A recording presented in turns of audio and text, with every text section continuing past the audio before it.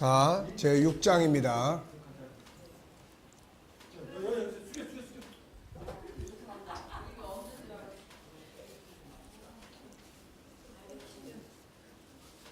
자, 한번 따라해 보세요. 막말을 하지 말자. 막 말하지 말자. 네. 자, 6장은 아주 중요한 거니까 잘 보셔야 돼요. 네, 6장은 아주 중요한 겁니다. 말의 기준. 자, 인간은 말을 하고 살아야 한다. 모든 것은 말을 통해서 이루어지기 때문이다. 자기 자신과의 관계, 다른 사람과의 관계, 환경과의 관계, 하나님과의 관계 등 모든 관계는 말을 통해서 이루어진다. 그러므로 사람은 말을 하고 살아야 된다. 그렇다고 아무 말이나 해서는 안 된다. 죽이고 파괴하는 말도 많기 때문이다. 그러므로 말의 기준을 배우고 훈련해야 한다. 말이라고 해서 다 말이 아니라는 것을 기억해야 한다. 네. 말이면 다인 줄 알아? 말이면 다 말인 줄 알아? 자, 잘 들어보세요. 언어는 크게 두 종류로 이루어져 있어요. 두 종류로. 하나는 긍정적인 언어, 또 하나는 부정적 언어. 이유는 인간 속에 들어있는 두 개의 특성 때문이에요. 창세기 1장 27절에 하나님 형상에서 나오는 말은 다 긍정의 말이에요. 거기는 부정적인 게 없어요. 다 긍정의 말입니다. 창세기 3장의 죄성과 상처 속에서 나오는 말이 있어요. 이거는 다 부정이에요. 여기서 긍정을 이야기해도 그거는 가면 쓴 긍정이지 실제적 긍정이 아니에요. 창세기 1장 27절에 하나님 형상을 따라 나오는 말은 기본적으로 긍정적이고 창세기 3장의 죄성에서 나오는 말은 기본적으로 부정적인 거예요. 그런데 우리의 삶에는 긍정의 언어보다 부정적 언어가 더 많아요. 그쪽이 더 많이 훈련되어지고 습관되어졌기 때문이에요. 자기개발 전문가 앤서니 라빈슨은 그의 저서에서 이렇게 말하고 있어요. 동의어 사전 몇 권을 참고해서 나는 인간 감정에 관련된 단어를 3,000개 이상 찾을 수 있었다. 그런데 충격적인 사실은 긍정적인 감정보다는 부정적인 감정을 표현한 말이 훨씬 더 많다는 것이다.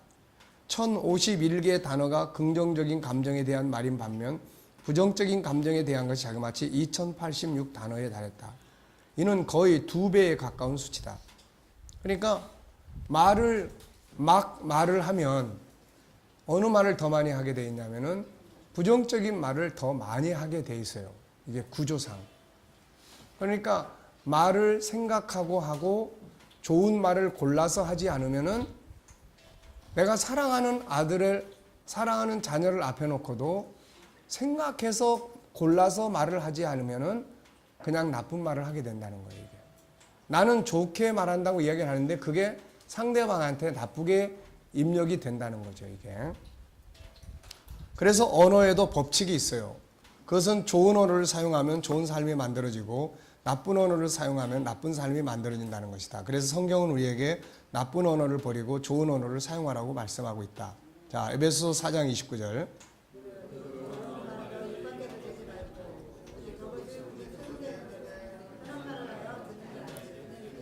네, 더러운 말은 입 밖에 내지 마라. 덕을 세우는 데 소용되는 대로 선한 말을 해라. 그래서 듣는 자들에게 은혜를 끼치게 하라. 네. 음행과 온갖 더러운 것과 탐욕은 너희 중에서 이름조차도 부르지 마라. 이는 성도의 마땅한 바니라. 누추함과 어리석은 말이나 희롱의 말이 마땅치 아니하니 오히려 감사하는 말을 해라. 누추한 말. 이게 뭐죠?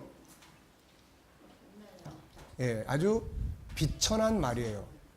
아주 수준이 낮은 말이에요. 네. 어리석은 말. 네. 지혜롭지 못한 말들이죠. 희롱의 말, 언어폭력 이런 것들입니다. 네, 그러므로 우리가 해야 할 언어는 창세기 1장 27절에 하나님의 형상의 말을 해야 합니다. 자, 창세기 3장을 배경을 하는 말들은 다 버려야 돼요. 네. 이것은 참 내가 아닌 우리를 망하게 하는 죄성에서 나오는 말들이기 때문이다. 자, 로마서 7장 19절 20절 내가 원하는 바 선을 행하지 아니하고 도리어 원하지 아니하는 바 악을 행하는도다. 만일 내가 원하지 아니하는 것을 행하면 이를 행하는 자는 내가 아니요 내 속에 거하는 죄니라. 창세기 3장에서 나오는 말들은 우리를 망하게 하는 말들이다. 그래서 앞서 읽어본 것처럼 로마 3장 13절로 18절이 잘 설명합니다. 그러므로 창세기 3장을 근거로 한 부정적인 말, 나쁜 말들은 버려야 한다. 그리고 참 나인 창세기 1장 27절에 하나님의 형상이 가지고 있는 성품의 말들을 해야 된다. 자, 두 번째. 그래서 언어의 기준 첫 번째는 뭐예요? 일단은 부정적인 말은 빼야 돼요. 일단은. 그러니까 긍정적인 단어를 사용을 해야 돼요. 야단을 쳐도 이 나쁜 놈, 아까 이야기했잖아요. 호 목사님. 네. 그러니까 그런 말들, 야단을 친다고 그래서 그 야단치는 말들. 근데 그런 말 말고 좋은 말도 얼마든지 할 수가 있거든요, 이게. 그러니까 그런 언어에 우선 부정적인 말을 빼라. 내가 사용하는 말들 중에 부정적인 뉘앙스를 가진 단어들을 일단 이거를 빼는 훈련을 해야 돼. 빼는 훈련을. 네. 어떻게 해요? 예를 들어서 좋은 방향으로 얘를 붙여주고 싶은데 네. 말을 나는 좋은 말 한다고 생각해서 막 같은 예를 들면 적당한 생각이 안 나는데 아무튼 혼내잖아요. 그러니까 문제를 지적하고 싶은 거죠. 그러니까 이제 이 뒤에 보면 이제 문제를 이제 지적하는 방법들이 있어요. 그러니까 지적하는 방법. 근데 우리나라 사람들은 이 지적하는 방법에 있어서도 굉장히 좀 상처를 많이 줘요.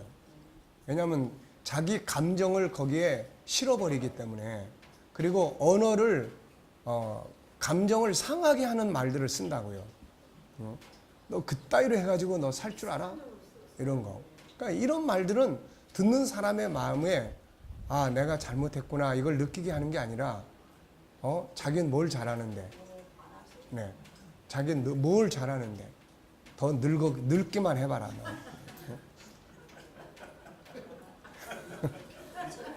그러니까 며느리들이 시어머니의 말에 그렇게 앙심을 품잖아요. 당신도 늙어만 보세요. 내가 그때는 그때 가서 보자. 뭐 그러니까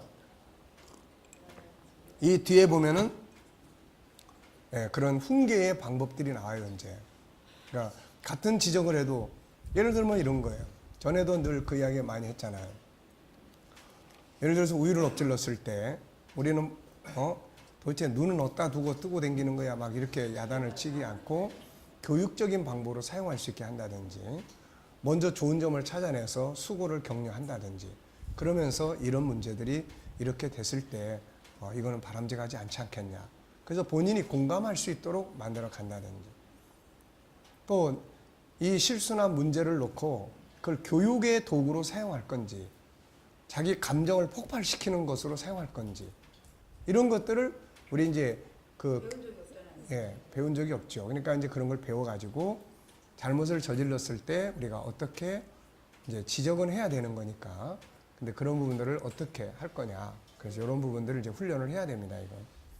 자, 그래서 그런 것들이 계속적으로 해도 반복된다 때는 그래도 계속적으로 그냥 칭찬하면 반복되고 또 실수하고 또 고치고.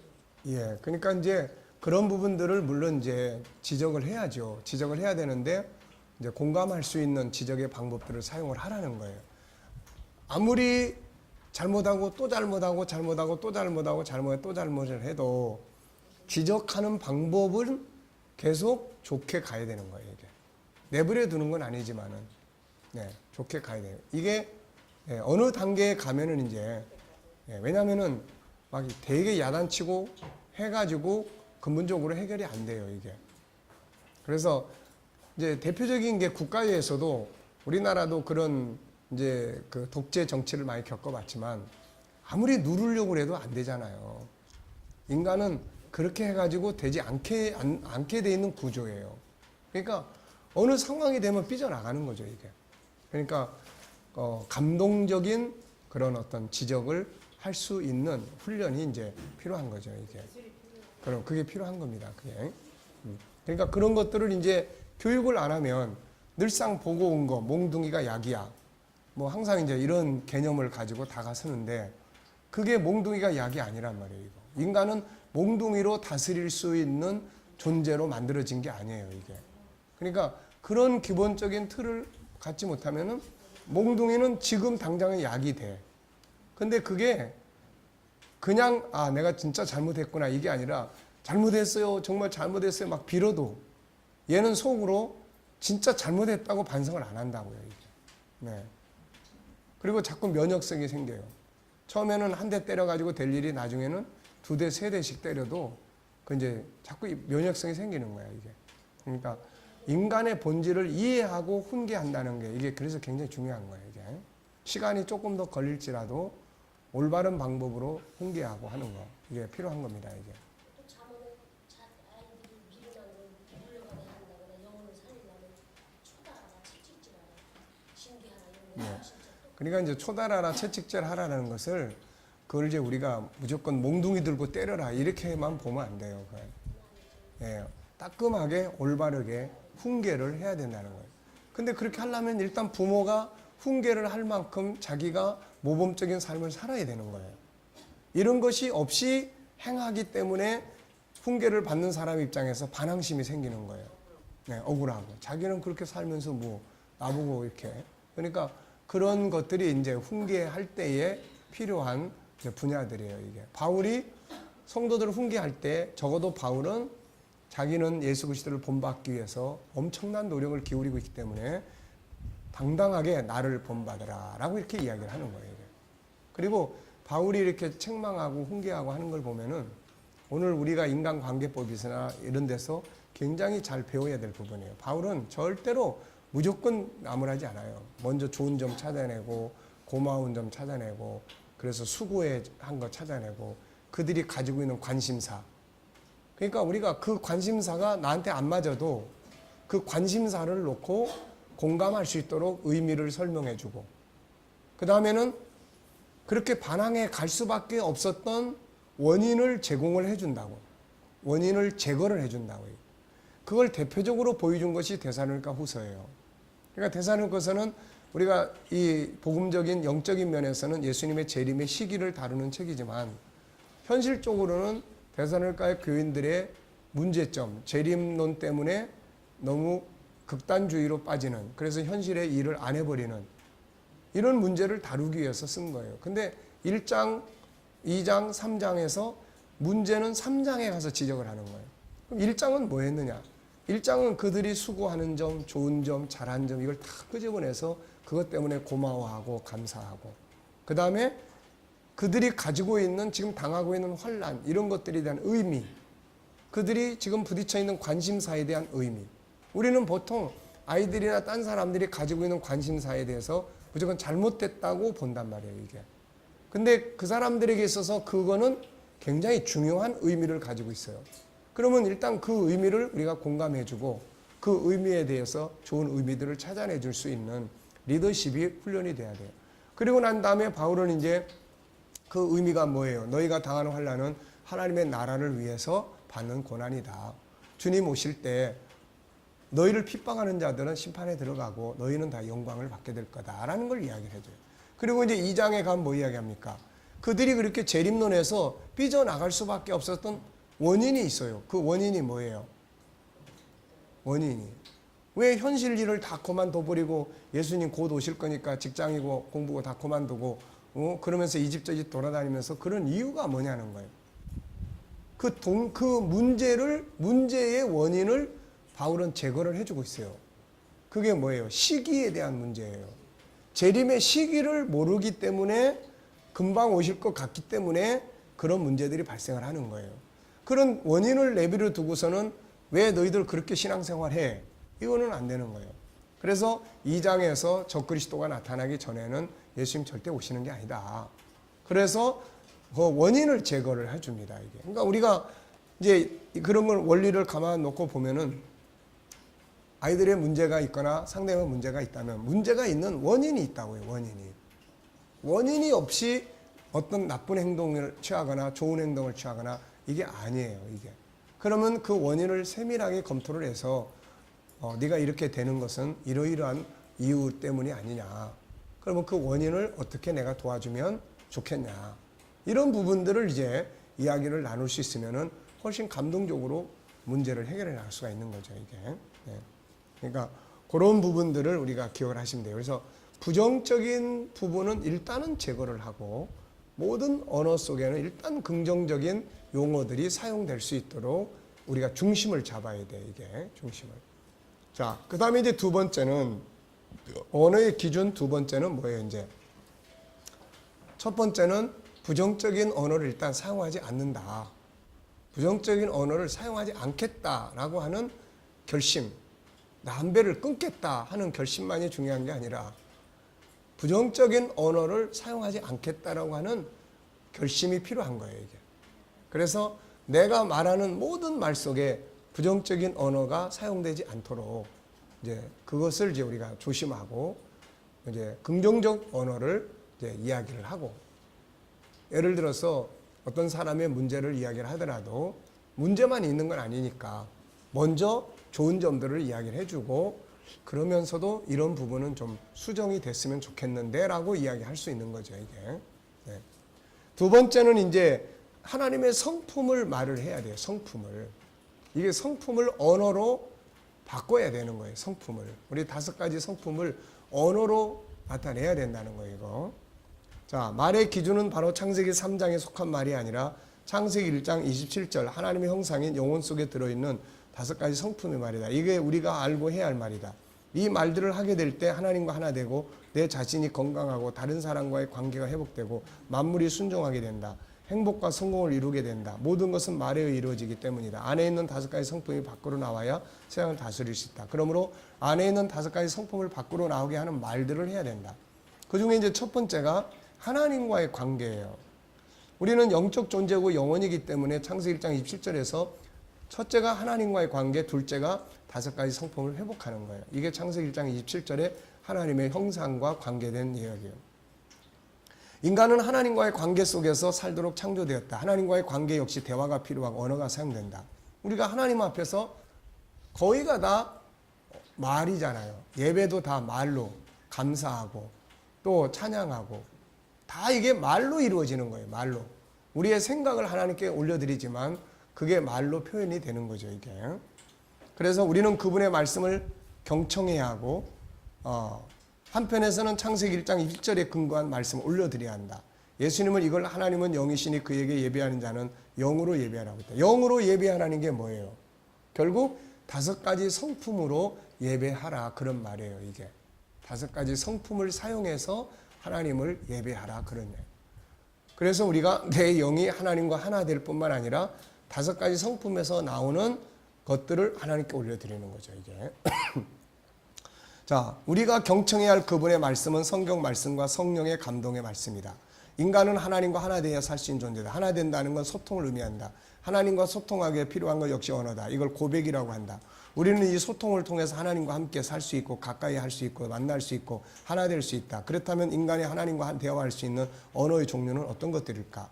자, 우리가 하나님 앞에 고백하고 올려드려야 될 하나님의 성품에서 필요한 것들은 이런 내용들이에요. 우선 하나님을 칭송해야 돼요. 칭찬. 네, 사람에겐 칭찬, 하나님께는 찬송이에요. 예, 참 잘한다. 이거를 하나님 앞에서 하나님아 참 잘한다 이렇게 할 수 없잖아요. 그래서 하나님 정말 잘하십니다. 그래서 하나님은 위대하시도다. 이제 찬양을 하는 거예요. 그러니까 사람한테는 칭찬, 하나님께는 찬송이에요, 이게. 네. 그래서 찬송. 그 다음에 뭐예요, 이제? 감사예요, 감사. 감사를 올려드리는 거예요. 그 다음에 내 믿음을 고백해 드리는 거예요. 그 다음에 잘못한 건 어떻게 해야 돼요? 사과하는 거예요. 하나님 죄송해요. 이게 회개예요. 그 다음에 다양한 고백들이 있죠. 그 다음에 희망을 가져요. 하나님 살아계심으로 인하여 제가 희망을 갖습니다. 네. 또 인정을 하는 거예요. 하나님은 살아계시고 하나님은 위대하십니다. 이걸 인정하는 거예요. 우리가 사실 기도라는 것도 알고 보면은 맨날 달라고만 하지 하나님은 이러한 분이라는 걸 우리가 고백을 잘 안 한다고요, 이거. 네. 그러니까 하나님께 영광을 돌리는 거는 하나님의 좋은 점을 찾아서 그걸 내가 올려드릴 때 영화롭게 하는 거고 그런 거지. 맨날 그런 하나님을 칭찬을 하나도 안 하고 왜 안 주냐고만 자꾸 그러고 있고 그러면은 이게 안 되잖아요, 이게. 그 다음에는 인정하고 요청하는 거죠. 헌신하고 순종하고 질문하고 때로는 하나님께 물어보는 거예요. 예수님, 주님이라면 이럴 때 어떻게 하시겠습니까? 이 상황을 주님이라면 어떻게 해결하시겠습니까? 묻는 거죠. 그리고 영광을 올려드리는 거예요. 자, 이 내용을 조금 더 보면 칭찬은 고래만 춤추는 게 아니라 하나님도 일하시게 한다. 그래서 빌립보 감옥에서 바울 사도가 하나님을 찬송할 때 뭐예요? 감옥이 진동하게 된 거죠. 감사의 말 덕분에 은혜로. 또 믿음의 말, 신뢰의 말을 하자. 불신의 말 속에 하나님이 함께 하실 수 없다. 사과, 회개, 미안, 죄송, 고백, 사랑, 행복 고백, 희망, 인정, 나의 하나님이십니다. 살아계신 하나님, 창조주 하나님, 그분의 하신 일 하나님께 요청하고 헌신하고 순종하는, 그 다음에 질문, 영광 돌림. 이 외에도 하나님과 하나 되기 위해서 다양한 언어들을 창조해서 사용할 수 있어야 한다. 이것을 통해서 우리 영혼이 하나님과 가까워지게 되고 이때 놀라운 능력이 나타날 수 있다. 오늘 우리가 사용하는 많은 말들은 인간만을 위한 말들이고 또 하나님께서 함께 하실 수 없는 말들이다.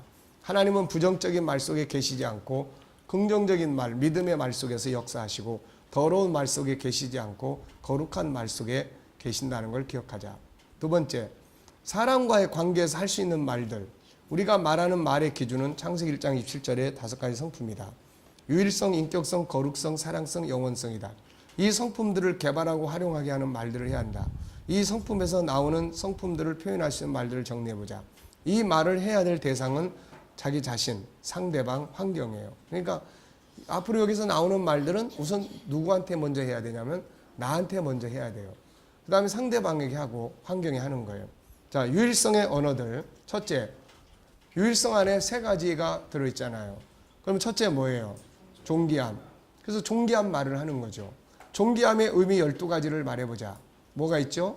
존귀하게 인정하기, 감사하기, 인정하기, 예의 지키기, 연구하고 이해하기, 소중히 여기기, 칭찬하고 높이고 자랑하기, 아끼고 보호하기, 기루하기, 개발하고 발전시켜주기, 성실하게 대해주기, 올바르게 활용하기. 그러니까 이런 말들을 이제 하는 거죠. 이런 말들을. 존귀하게 여기는 말은 치료하고 살리는 말이지만 무시하고 업신여기는 말은 병들게 하고 죽게 하는 말이다. 자, 장점 찾기. 칭찬하는 말, 지지하는 말, 격려하는 말, 용기를 심어주는 말, 인정해주는 말, 희망을 주는 말, 비교하지 않는 말, 장점을 발전시켜주는 말, 프로화시켜주는 말, 반대로 무시하는 말, 비웃는 말, 비교하는 말들은 모두 장점을 사라지게 하는 말들이에요. 그러니까 우리가 지금 장점을 칭찬해주고 격려함으로써 좋은 점을, 잘하는 점을 찾아서 칭찬함으로써 그의 장점을 더 발전시키는 거예요. 지지, 뭘 도와주면 되지? 기대, 네 속에는 이런 게 있기 때문에 넌 잘할 수 있어. 기대감, 실패 인정, 또 네가 잘못한 것이지만 이건 과정이야. 이런 표현들. 그밖에 못해 이게 아니라 정말로 이건 과정이고 네가 그렇게 하기까지 얼마나 많은 수고를 했니? 이런 것들에 대한 말. 그 다음에 기다려주는 말. 네. 시간이 차면 지금 이해 안 된다고 해서 속상할 거 없어. 시간이 되면 다 이해할 수 있는 시간이 와. 이런 기다려주는 말. 목표를 세우게 하는 말. 그래, 여기까지 잘했는데 그러면 이제 여기서 어디까지 더 발전시키고 싶어? 그래서 목표를 세우게 하는 말. 축하하는 말. 잘한 것들 축하해주는 말. 고마워. 네가 이렇게 애써줘서 정말 고마워. 이런 말들은 다 더 잘해야 되겠다라는 생각을 갖게 만들어주는 말들이에요. 그런데 반대로 뭡니까? 반대로 이제 뭐예요? 이제 무시하는 말, 또 뭐 비웃는 말. 너 그것도 자랑이라고 하냐? 딴 애는 100점 맞았다는데 너는 겨우 70점 맞아가지고 와서 뭘 잘했다고 그래? 빨리 들어가서 공부나 열심히 해. 뭐 이런 말들은 하고 싶지 않게 만드는 말들이에요. 네, 재능을 개발해주는 말, 좋은 질문을 던져주는 거. 자, 너 이렇게 해. 이것보다는 자, 너는 어떻게 했으면 좋겠어? 이런 말은, 이렇게 해라는 말은 재능이 개발이 안 되는 말이에요. 어떻게 했으면 좋겠어? 라는 말은 그 속에 있는 걸 끌어내는 말이에요. 네, 끌어내는 말입니다. 그래서 인정해주는 말, 칭찬하고 격려하고 지지하고 기대하고 실패 인정, 과정을 칭찬, 기다려주는 말, 목표를 세우게 하는 말, 필요한 자원이 되어주는 말, 지원의 말, 비교하지 않는 말, 축하하는 말, 감사하는 말 등은 재능의 문을 열어주는 말이지만 이 말들에 반대되는 말들은 모두 재능의 문을 닫아버리는 말들이다. 특히 가지고 있는 재능을 스스로 인정하고 깨닫게 하는 말은 아주 중요하다. 자, 성경에 보면 하나님께서 모세에게 네 손에 있는 것이 무엇이냐. 이거는 그 모세가 가지고 있는 재능을 끌어내는 말이에요. 이게. 또 열왕기하 4장 2절 엘리사가 내 집에 있는 게 무엇이지? 라는 건 잊어버리고 있는 지금 그 사람의 좋은 장점과 좋은 능력을 생각하도록 만들어주는 말이에요. 이런 것들이 다 코칭에서 나오는 질문들입니다. 그래서 그 사람이 가지고 있는데도 잊어버리고 있어 지금. 잘 할 수 있는 능력이 있는데도 그걸 깜빡 잊어버리고 있는 거예요. 그래서 그걸 찾아내도록 도와주는 거죠. 네 번째, 주인의식을 심어주고 주도적인 삶을 살게 하는 말. 스스로 할 수 있도록 하는 말. 그의 생각과 행동을 인정해주는 말. 칭찬과 격려의 말. 기대의 말. 신뢰의 말. 주도적 과정에 대한 고마움을 표시하는 말. 이런 것들은 다 본인이 스스로 할 수 있게 만드는 거예요. 네. 잘했어. 참 고마워. 그러면 얘는 또 하고 싶어져요. 근데 너 그게 지금 뭐 하는 짓이야? 그만둬. 그따위로 하려면 간둬. 이래버리면은 하기 싫어지게 만드는 거죠, 이게. 좋은 파트너십을 만드는 말, 인정하는 말, 승승의 말, 감사의 말, 자랑하는 말, 파트너와의 관계를 멀어지게 하는 말이 있고 가깝게 하는 말이 있습니다. 자, 이런 말들은 다 어디서 나오는 말들이냐면은 유일성을 개발하기 위해서 사용하는 언어들이에요. 잘 이해됐습니까? 네. 그 다음에 이제 인격성의 언어들이에요. 인격성에 세 가지가 있죠. 뭡니까? 자, 생각, 그 다음에 자유, 그 다음에 소통이에요. 그렇다면 이제 여기에서 자, 이런 말들이죠. 창의력을 끌어내는 말, 아이디어를 끌어내게 하는 말, 또 생각을 넓히게 하는 말, 격려의 말, 좋은 질문, 상대가 스스로 생각하게 하는 말, 그의 아이디어를 존중해 주는 말, 인정해 주는 말, 기대의 말, 칭찬의 말, 이런 말들은 안에 있는 생각을 끌어내게 만들어 주는 거예요. 자, 너 몇 시까지 이거 해놔야 돼? 이거보다는 몇 시까지 하면 좋겠어. 뭔가 여유를 주지만 얘는 지금 생각을 해내는 거예요. 생각. 그래, 몇 시까지 하지? 중간에 뭐가 되지? 이런 거예요. 그러니까 이런 것들을 이제 어떤 질문을 해주느냐에 따라서 얘는 주도적이 되기도 하고 기계적이 되기도 하고 그래요. 네. 우리가 보통 어떠세요? 사람을 기계적으로 만드는 질문이나 이 대화를 많이 합니까?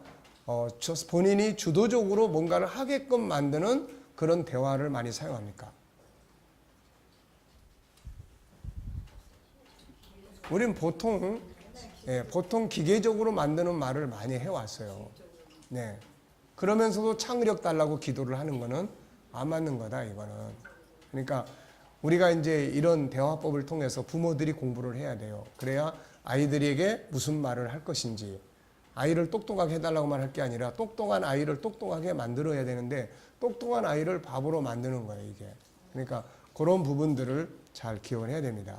반대로 무시하는 말, 비웃는 말, 명령의 말, 야단치는 말, 비교하는 말들은 창의력과 아이디어를 끌어내지 못합니다. 오히려 기계처럼 만들고 바보로 만드는 방법들이에요, 이게 다. 네. 다음에는 치유하고 자유하게 하는 말, 용서, 용납, 격려, 감사, 사과, 공감, 인정, 위로, 이런 말들은 다 치유를 하는 말이에요.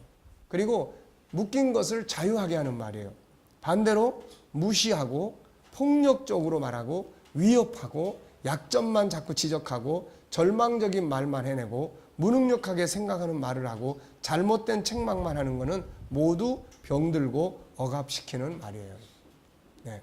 그러니까 우리는 아무렇지도 않게 이런 말들을 막 하지만 듣는 사람은 그 말을 듣고 골병 드는 거예요, 속이. 그리고 그게 억압이 되는 거예요. 네. 그러니까 이런 부분들을 우리가 잘 알아야 되고, 그래서 훈련이 필요해요. 앞서도 이야기했지만은 단어 자체도 부정적인 게 훨씬 많아요. 배나 더 많은 거예요. 네. 그리고 생각도 3분의 2는 항상 부정적인 거예요. 그러니까 훈련을 하고 선택하는 능력을 키우지 않으면은 저절로 있으면은 그냥 다 부정적인 말을 하게 돼 있고, 아무리 내가 은혜 받고 성령 충만했다고 해도 막상 말을 할 때는 부정적인 말을 많이 하게끔 돼 있어요. 이게 먼저 익숙해져 있고 이쪽은 잘 모르는 거야. 그렇게 말을 하고 싶어도 이 말을 어떻게 하는 말인지 잘 모르는 거예요. 자, 공감을 해야 되는데 공감을 어떻게 하는지 모르면 못 하는 거야, 이게. 그러니까 이걸 교육하고 훈련을 하지 않으면은 안 해야 되는데도 그게 나가는 거예요. 아까 우리 도표 그렸을 때 몇 번째예요, 그게? 몇 번째? 두 번째 그림이에요. 1번은 자연인이고 2번은 알긴 아는데 그냥 나가버리는 거예요. 그냥 알긴 아는데. 하고 싶어도 못하는 거예요. 자, 여러분 겸손해야 됩니다. 겸손하게 사셔야 됩니다. 하나님은 겸손한 자를 쓰십니다. 겸손해야 때가 되면 높이십니다. 겸손이 뭐 하는 거예요, 이거? 자, 이야기해 보세요. 겸손이 뭐죠? 네.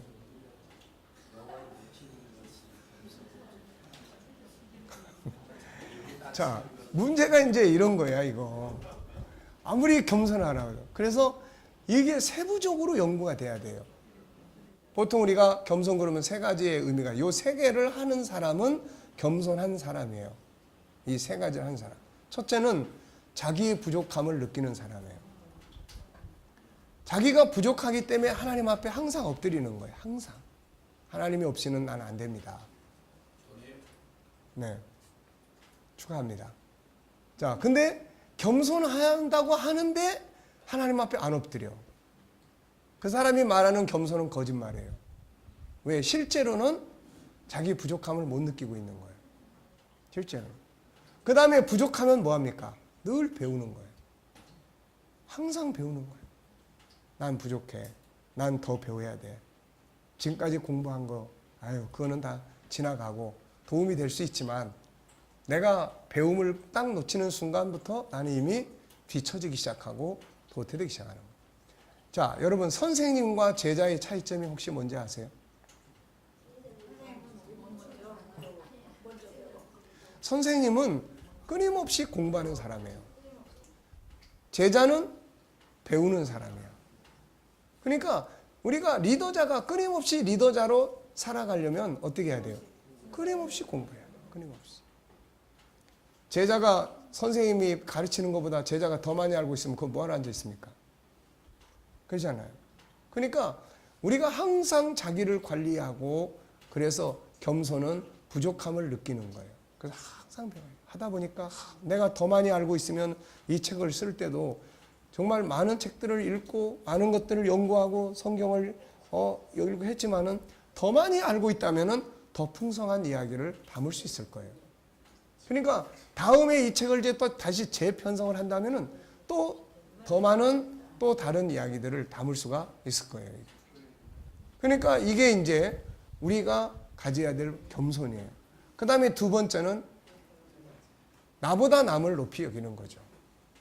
나보다 남을 더 낮게 여기는 거예요. 빌립보서 2장 1절 이하에서 나보다 남을 더 낮게 여기며, 네, 다른 사람을 더 높여 여겨주는 거예요. 그래서 그 사람 앞에 머리 숙일 줄 알고, 그 사람의 싫은 소리도 들을 줄 알고, 그 사람이 잘 될 수 있도록 도와주고, 이게 겸손이에요. 세 번째는 자기에게 심어준 역할, 자기의 역할을 충실하게 하는 사람이에요. 자기의 역할. 하나님이 너 이 일 좀 해. 그리고 어떤 역할을 줬는데 내가 어떻게 이런 걸 합니까? 난 안 해요. 이거는 겸손이 아니에요. 네. 그래서 심어놓은 나무가 그 자리에 죽을 때까지 그냥 쫙 있는 거, 이게 겸손입니다. 그래서 자기 역할을 성실하게 하는 거예요. 자기 역할을 오버하면 사울처럼 교만해져서 엉뚱한 행동들을 하기 시작을 합니다. 네. 자, 그러니까 우리가 뭐를 하려고 할 때도 그 내용을 깊이 알고 구체적으로 알아야 그것을 행동해 갈 수가 있는 거예요. 자, 리더가 되게 하는 말입니다. 이제 소통의 영역이죠. 사람에게는 누구나 창세기 1장 28절을 보면 세상을 다스리는 리더십을 가지고 있어요. 이 리더십을 활용하기 위해서는 리더십을 기르는 말들을 할 수 있어야 돼요. 내가 얘를 리더자로 만들어야 되겠다. 그러면은 리더자로 기르는 말들을 해야 돼요. 격려, 도전 정신을 갖게 하는 말, 창의력을 개발하도록 하는 말, 용기를 만들어 심어주는 말, 칭찬, 정체성을 스스로 생각할 수 있도록, 자기 정체성을 늘 스스로 생각할 수 있도록 하는 말, 위로하고 인정해주는 말, 주도적으로 생각하고 행동하게 하는 말, 배려의 말, 실패 속에서도 배움을 얻게 하는 말, 인내의 말, 기다림의 말, 이런 말들은 리더십을 키워주는 말들이에요. 반대로 리더십을 잃어버리고 종노릇하게 하는 말들이 있어요. 무시하는 말, 위협하는 말, 기를 죽이는 말, 억압하는 말, 무능력하게 만드는 말, 인정하지 않는 말, 실패 앞에서 책망하는 말, 인격을 모독하는 말들, 이런 말들은 기를 팍팍팍 죽이는 말들이에요. 이게. 네. 소통하는 말, 막히는 말이 있고 소통하는 말이 있어요. 존귀하게 여기는 말, 인정하는 말, 장점, 좋은 점을 찾아주는 말, 미안하고 감사하고 상대의 필요와 관심을 표현하는 말, 비전을 나누는 말, 공감 등은 다 소통하는 말이에요. 이런 말들은. 상대방의 말에 대해서 공감을 해. 그러면 계속 이야기가 되는 거예요. 그런데 상대방의 말을 딱 무시해버려. 그러면은 말을 닫아버리는 거예요. 반대로 비난하는 말, 폭력적인 말, 무시하는 말, 따지는 말, 잔소리, 기죽이는 말, 이기주의적인 말, 상대의 아픔을 지적하는 말, 단점, 문제만을 지적하는 말들은 소통을 다 막아버리는 말들이에요. 그러니까 내가 지금 누구하고 소통이 안 된다. 소통이 안 되는 이유는 말이 지금 이런 말들을 많이 하고 있는 거예요. 이런 말들. 이런 말들을 많이 하고 있는 거예요. 그러니까 누가 이런 말을 들으려고 하겠습니까? 그래서 저 사람하고는 대화 더 이상 할 수 없다. 그래서 말을 이제 안 해버리기 시작하는 거죠, 이게. 그러니까, 네. 그래서 이런 말들을, 이런 이제 막힌 담을 헐기 위해서는 자, 고마워하는 말. 애써서 수고하고 애쓰는 걸 찾아서 감사하는 말. 이런 말들을 하기 시작을 해야 돼요. 그러면 서서히 예, 대화의 통로들이 열려집니다, 이게. 자, 그 다음에 거룩성이 담겨진 말이에요. 거룩성의 언어들이에요. 영성이 담긴 언어가 있고 육신적인 세속적인 말이 있어요. 영성을 다루는 말들은 하나님으로 일하시게 하고 자신과 상대방의 소망과 희망을 주게 합니다. 앞에서 설명한 바와 같이 하나님이 일하시게 하는 말이 있고 하나님이 떠나시게 하는 말이 있어요. 원망의 말, 불신의 말, 믿음이 없는 말, 거룩하지 못한 말 속에 하나님은 일할 수 없죠. 떠나버립니다. 십자가에 대한 말, 자기 학대를 십자가로 해결하는 말, 구원의 말, 천국 지옥의 말, 하나님께 맡기는 말, 능력의 말, 확신의 말, 성령의 역사가 임할 수 있는 말들을 사용해야 돼요. 하나님의 말씀을 활용하는 말들은 때로 기적을 만들고 우리를 자유하게 합니다. 자, 심리치료를 해나갈 때 하나님의 말씀을 적당한 성경 구절을 줘서 암송하게 하는 건 굉장히 중요한 치유 방법이라고 이야기했죠. 자, 좋은 성품을 사용하는 언어, 거룩성 안에 들어있는 성품의 영역에는 많은 좋은 성품들이 들어있어요. 우리가 이제 이거는 거룩성 안에서 공부하게 될 건데 이 성품을 사용하신 분이 예수님이고 성령님이에요. 우리 안에도 이런 성품의 요소들이 들어있으니 이걸 꺼내서 말로 사용할 수 있어야 돼요. 다음의 내용을 말로 활용해보자. 자, 예수님이 보이신 선한 성품들이에요. 자, 기도, 하나님과 대화하는 거죠. 사랑, 온유, 먼저 찾아가심, 작은 것들을 소중히 여기심, 질서를 소중히 여기심, 자기 관리, 솔선수범, 부지런함, 겸손, 희생, 주도적인 삶, 순종, 용서, 긍휼, 상대방 이해, 충성, 인내, 정의, 열정, 봉사, 치료, 자유를 주심, 섬김, 평등, 상대방 중심, 필요를 공급함, 경청, 의무, 이행, 배려, 진실, 죄에 대한 책망, 위로, 마음의 비움, 눈물, 화해, 마음의 청결, 의를 위해 핍박받음, 비판 금지, 모르게 하는 선, 책임감, 다른 사람의 죄를 뒤집어쓰m, 준비성, 버리는 훈련, 담대함, 자신감, 효도, 평강 등 그분은 이 성품들을 다 사용을 했어요. 이분은. 그래서 그의 삶이 위대한 거죠.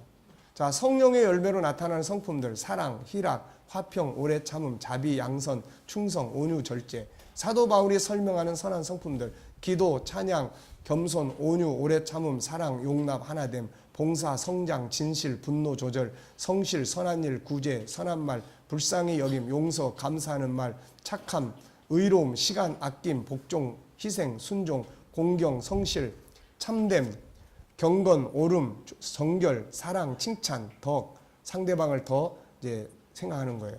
그 다음에 섬김, 위로, 구제, 성실, 즐거움, 우애, 존경, 부지런함, 열심, 참음, 소망, 기도, 공급, 대접, 핍박자, 축복, 겸손, 선으로 악을 이김, 원수를 하나님께 맡김, 사랑, 약한 자를 도움, 소망, 사랑, 소망, 믿음, 구제, 배려, 현실 만족, 물질적 욕심, 버림, 선한 싸움, 선한 일에 부유함, 동정하는 자, 장래의 소망. 중요한 것은 이 성품들 속에 부정적인 부분은 하나도 없다는 거예요. 이게 뭐 다툼, 분쟁, 뭐 이런 거 없다는 거죠, 이게. 모든 성품은 다 긍정적이고 아름답고 능력의 성품들이에요. 이 성품을 말로 이제 할 수 있어야 된다는 거죠, 이제. 온유, 말을 이제 온유하게 할 수 있는 이런 이제 훈련들을 해야 된다는 거죠. 온유가 뭔지, 선한 말이 뭔지, 선하게 말을 해야 돼. 그런데 선한 말이 뭔지 모르면은 선하게 말을 못 하는 거예요. 네. 조금 전까지 자, 여러분 선하게 말해야 됩니다 했는데 선한 말이 뭔지 모르니까 집에 들어가서 그냥 악한 말을 하는 거야, 이거. 이게 그러니까 몰라서 못 하는 거예요. 시편 49편 20절에 뭘 이야기합니까? 종기에 처하나 깨닫지 못하는 자는 멸망하는 짐승과 같다. 그러니까 언더스탠딩, 이해하지 못하는 거예요. 왜 이해하지 못합니까? 이게 공부가 안 돼 있는 거예요. 이해는 교육이에요. 교육을 통해서 깨달아지는 거예요. 그러니까 우리가 신앙이라고 하는 것은 복음을 알고 하나님과의 관계를 바르게 만들지만은 세상을 살아가는 것은 5가지 성품을 교육받고 훈련하지 않으면 이건 절대로 안 되는 거예요. 이거. 누구도 안 되는 거예요. 그러니까 이제 한국 교회가 이제 복음 운동과 함께 그래서 이 2개의 수레바퀴예요. 이게 2개 자전거 바퀴라고. 자전거 바퀴. 복음이 있어야 되고 복음이 없으면 구원이 안 되니까 소용없는 거니까 복음이 있어야 되고 복음과 함께 반드시 5가지 성품을 말할 줄 아는 훈련, 이걸 사는 훈련, 이걸 해야만 천국이 5가지 성품 안에 있는데 그게 천국이 삶으로 나타나게 되게 되는 거예요. 그리고 그리스도인들이 사회적 리더십, 능력 이런 걸 발휘하게 되는 거예요. 아까 송 목사님 뭔가 될 듯한데 안 되는 이유, 그 답은 지금 이 5가지 성품 속에 들어있어요. 저는 그걸 99.9% 확신하고 있습니다. 아까 이야기했잖아요. 상담을 그런 심리 상담할 사람을 상담하니까 엄마 아버지가 저절로 오는 거야. 내가 엄마 아버지 불러다 놓고 큰 소리 칠 수가 있어요. 그러니까 이런 일들이 앞으로 수도 없이 많아요. 그러니까 우리가 심리 질병이 많아지고 사회적으로 정신적인 갈등이 많아지고 인간관계가 문제가 많고 자녀들의 교육도 지금 완전히 다 혼선이 벌어지고 있잖아요, 지금. 애들의 교육이요, 지금 정답이 없습니다. 도대체 뭘 어떻게 해야 될지 몰라요. 앞으로 4차원 그런 4차적 산업혁명과 이런 것들을 맞물려 가면서 그렇다면은 결국 아이들을 지금 세상이 원하는 창의력적 아이들, 인간관계 아이들, 리더십 아이들 다 어디서 나오는 거예요? 다 5가지 성품에서 나오는 거예요. 네. 그래서 저는 너무 확신을 가지고 있어요. 이 부분을 가지고 우리 지금 기존 교회들이 답을 얻지 못하는 이 답을 여기서 나는 반드시 찾아낼 수 있게 보는 거예요. 네. 그러니까 중요한 건 이제 전문성이에요. 전문성. 자, 사람을 하나 데려다 놨어. 만약에 여기 심리 질병을 앓는 사람 하나 왔어. 자, 그거를 놓고 다룰 수 있는 사람이 있는가 하면 그걸 다루지 못하는 사람이 있는 거예요. 어린아이 하나를 멘토링을 해달라고 데려왔어요. 근데 이걸 멘토링을 해줄 수 있는 사람이 있고 해줘도 단계별로 초급적 과정이 있을 수 있고 정말 프로적으로 다뤄줄 수 있는 게 있는 거예요. 우리가 병원에 가면은 자, 특진. 어떤 의사 선생님한테 진찰받고 싶으세요? 돈을 더 내도 이야기하더라고요. 나도 이제 피검사를 하고 새로 이제 병원을 옮기려고 아산에 전화를 했더니 거기서 물어봐요. 아, 옛날에 이 선생님한테 했는데 이 선생님은 그 선생님한테 진료하려면 9월 11일 날쯤 돼야 됩니다. 그러는 거야. 그런데 지금 레지던트나 이제 선생님은 다음 주에도 가능하십니다. 어떻게 하시겠습니까? 그러는데 어떻게 한다고 그러겠어요? 아유, 그래도 그러면 9월 11일 날까지 제가 그때 가서 하지요. 뭐. 이런 거예요, 이게. 그러니까 프로가 되는 거는 우리가 이제 각자가 해야 될 일이에요. 나 같은 경우는 절대적 가치를 가지고 이걸 중심으로 난 딴 거 생각 안 합니다. 딴 거 생각 안 해요. 이걸 중심으로 이 속에 전문성을 가지고 하다 보니까 어떤 사람이 와도 옛날에는 내가 다룰 수 있는 사람이 한계가 있었잖아요. 신앙 상담 이거밖에 못해. 근데 지금은 뭐든지 다 사람을 다루는 일이라면은 다 할 수 있다면 이게 큰 자산이잖아요. 그리고 이게 답이란 말이에요, 이게. 그러니까 그런 부분들이 지금 우리가 전도도 하고 다 하지만 이런 것들이 앞으로 새로운 방향으로 만들어져야만 교회의 답이 열리는 거예요, 이게. 그러니까 그런 부분을 우리가 바르게 기억하셔야 돼요. 그 다음에 이제 반성하고 돌아서게 하는 말. 이게 이제 참 중요해요. 이걸 이제 저항성이라고 이야기하는데 세상적인 말로는 이게 자기 컨설팅이에요. 기독교적 용어로는 회개의 영역입니다. 이거. 그래서 자기가 잘못한 것을 돌아서게 하는 거예요. 잘못한 거. 그 지금 내가 상담하고 있는 사람 중에 그 이야기했던 그 사람도 자 이제 이 원하는 튀고 싶은 이게 장애 요인이 있는데 그래서 지금 하지 못하니까 속이 상한 거야 지금 자네가. 그래서 옆으로 지금 풍선 효과처럼 삐지는 거야 다른 영역으로. 그러면 이 장애 요인 중에 어떤 요인 때문에 그러는지 혹시 이 속에 자신의 잘못된 습관이나 다른 사람의 눈을 너무 많이 의식하거나 이런 장애 요인이 없는지 한번 생각을 해보면 어떨까. 그러면 이제 이런 부분 잘못된 습관이 있다 그러면 이거 벗어나게 만들어줘야죠. 이제 벗어나게. 그러니까 그런 부분들 반성하고 돌아서게 하는 말, 무시하는 말, 잘못을 지적하고 책망하는 말들은 돌아서게 하는 게 아니라 더 강팍하게 만들어버려요. 그러나 스스로 잘못을 생각해 하는 말, 책망하기 전에 먼저 자기 잘못 뉘우치고 사과하는 말, 그가 잘했던 걸 추억해 주는 말, 뭔가 배우게 하는 말, 위로와 격려하는 말, 가능성을 일깨워주는 말, 수고하고 애쓴 점 고마운 점들을 찾아내주는 말, 희망을 갖게 하는 말, 스스로 어느 것이 옳은지 분석하게 하는 말, 자기 정체성을 스스로 생각하는 말들은 잘못을 깨닫게 만들고 돌아서게 하는 말들이에요. 하나님께서 아담에게 오셔가지고 범죄한 다음에 너 아담 이리 와. 너 왜 이렇게 못된 짓을 했어? 막 이런 게 아니에요. 아담아 어디 있느냐? 이건 뭘 이야기하는 거죠? 네, 아담으로 하여금 잘못된 걸 스스로 지금 느끼도록 만드는 거예요. 스스로 자기가 이거를 하나님 제가 이래서 지금 무서워서 숨었습니다. 자기가 자기 잘못을 알게 만들어주는 거예요. 자, 에스더 4장 14절. 이때 네가 만일 잠잠하면 말이 없으면 유다인은 다른 데로 말미암아 노인과 구원을 얻으려니와 너와 내 아버지 지금 멸망하리라. 네가 왕후의 자를 얻은 것이 이때를 위함이 아닌지 누가 알겠느냐. 이건 다 뭐예요? 스스로 자기 정체성을 느끼게끔 해서 아 맞아 내가 그것 때문에 여기 있는 건데 내가 지금 이러면 안 되지. 그리고 자기 정체성을 따라서 행동하게끔 만들어주는 방법들이에요. 근데 그냥 몽둥이 들고 야단친다고 그래가지고 반성이 안 된단 말이에요, 이거. 네? 그러니까 이런 부분들에 대한 이제 훈련이 필요한 거예요.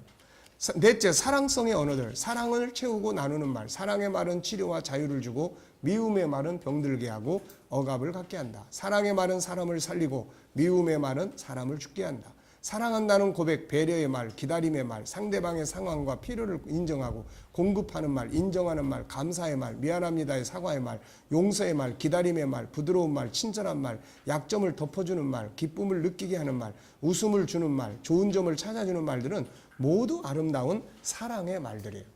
그러나 무시하는 말, 약점을 끄집어내는 말, 비난하는 말, 이기주의적인 말, 폭력적인 말, 속임의 말, 거짓의 말, 배신의 말, 긍휼이 없는 말, 정의 없는 말, 인정해주지 않는 서운한 말, 기대하지 않는 말, 쓸모없는 존재로 무시하는 말들은 다 병들게 만드는 말들이에요. 다섯째, 영혼성의 언어들. 생명을 존중히 여기는 말, 생명을 존중히 여기는 말, 아껴주는 말, 의미를 찾아주는 말, 영생의 소망의 말, 삶의 소중함을 일깨워주는 말들은 다 삶의 희망을 주는 말들이죠.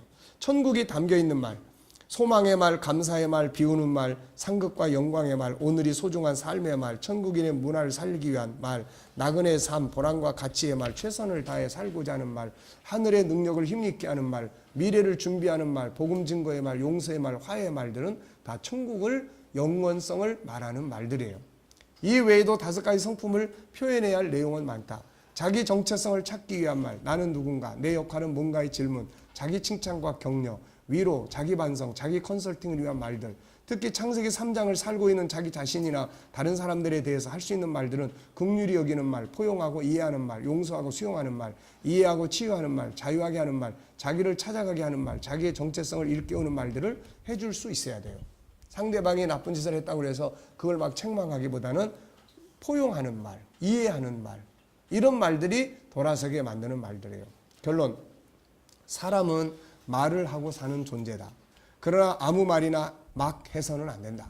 네. 말은 그 사람의 인생을 만들기 때문이다. 말의 기준은 창세기 3장이 아니라 1장 27절이다. 우리 속에 들어있는 세상을 다스리는 놀라운 능력은 5가지 성품을 말해야 한다. 이것이 행복과 성공을 만드는 비결이다. 중요한 것은 균형 있는 언어 사용이다.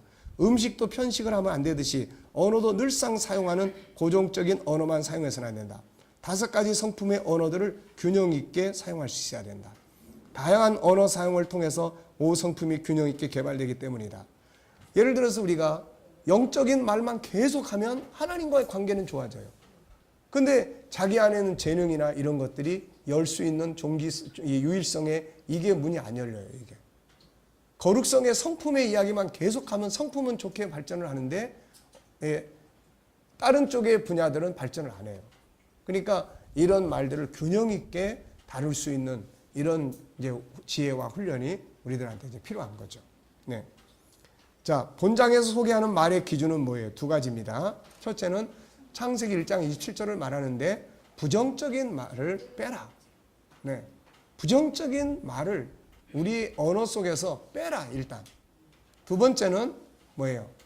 5가지 성품을 이야기를 해라. 유일성의 말, 인격성의 언어, 그 다음에 또 뭐예요? 거룩성의 언어, 사랑성의 언어, 영혼성의 언어. 그러니까 이런 것들은 많이 읽고 이제 이런 걸 이제 우리가 언어 교실을 열어서 교육을 할 때 이런 부분들을 또 성품에 대해서 더 구체적으로 이제 우리가 알아야 돼요. 성품 하나하나를 구체적으로 알아야만 그 성품을 실현할 수 있는 현장을 만들어 갈 수가 있어요. 자, 세상을 다스리기 위해서는 뭐가 밖으로 나와야 됩니까? 5가지 성품이 밖으로 나와야 돼요. 이게 나와야만, 그러니까 이런 말들을 쓰면 그 사람이 나한테 순종을 해요. 그 사람이 나를 따라와요. 이게 다스리는 거예요, 이게. 네. 자, 5가지 성품을 사용해야 한 말들, 유일성, 인격성, 거룩성, 사랑성, 영성. 이거는 앞에 있는 내용들을 많이 읽고, 이거는 계속해서 나오는 이야기. 이게 우리가 사용해야 될 언어의 기준이기 때문에 그래요. 자, 지난 한 주간 어떤 말을 들었을 때 기분이 좋고 어떤 말을 들었을 때 기분이 나쁘고 상처가 되었는가, 들려오는 말이 삶에 어떤 영향을 미쳤는가, 한 주간 동안의 나의 말을 체크해보자. 나의 말을 듣고 상대방이 어떤 표정과 감정을 나타내는지 살펴보자. 자, 그래서 이 언어 사용의 팁 2개. 자, 103페이지 보시면은 이제 외치기가 있습니다. 한번 다 같이 외쳐보겠습니다. 시작. 오늘도 내 입에서 부정적인 말을 제거하자. 네. 자, 오후 시간은 여기까지 하도록 하겠습니다. 자, 수고하셨습니다. 이제 식사하러 가겠습니다.